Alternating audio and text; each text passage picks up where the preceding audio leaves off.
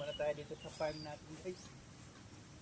Yung farm ko, tingnan ko muna kung namumunga na ba yung mga sardinas dito. Nabunga na kayo sardinas dyan?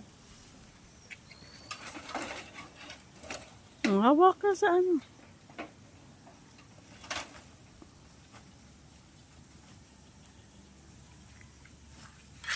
Red horse, tignan ko rin kung may bumple red horse.